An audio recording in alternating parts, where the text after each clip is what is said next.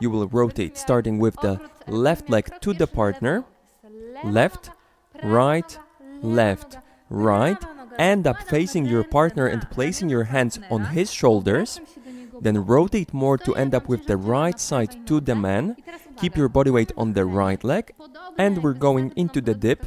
The rules will be similar to the one at the beginning. You will bend your right knee, keep your left leg extended in front of yourself, keep your hips high, and avoid pulling the partner with you. Stay within your own balance, lead your left hand to the side, and then out of the pose.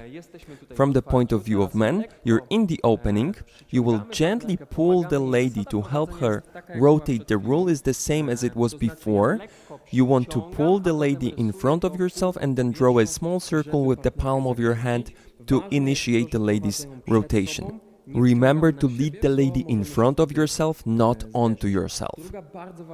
One more important thing is that you can never just pull the lady staying in one place.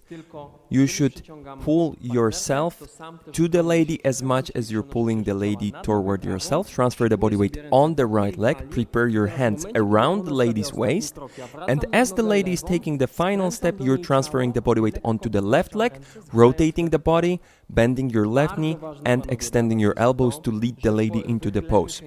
While in the dip, you're not supposed to lean over the lady. Keep your back straight and bend your left knee to go into the pose, but avoid leaning over the lady. Straighten your leg to get out of the pose. Help the lady with the hands. Let's now count this part. 1, 2, 3, 2, 2, 3, 3, 2, 3, 4, 2, 3, 5, 2, 3, 6, 2, 3. As you can see, we're taking natural everyday steps, walking around each other.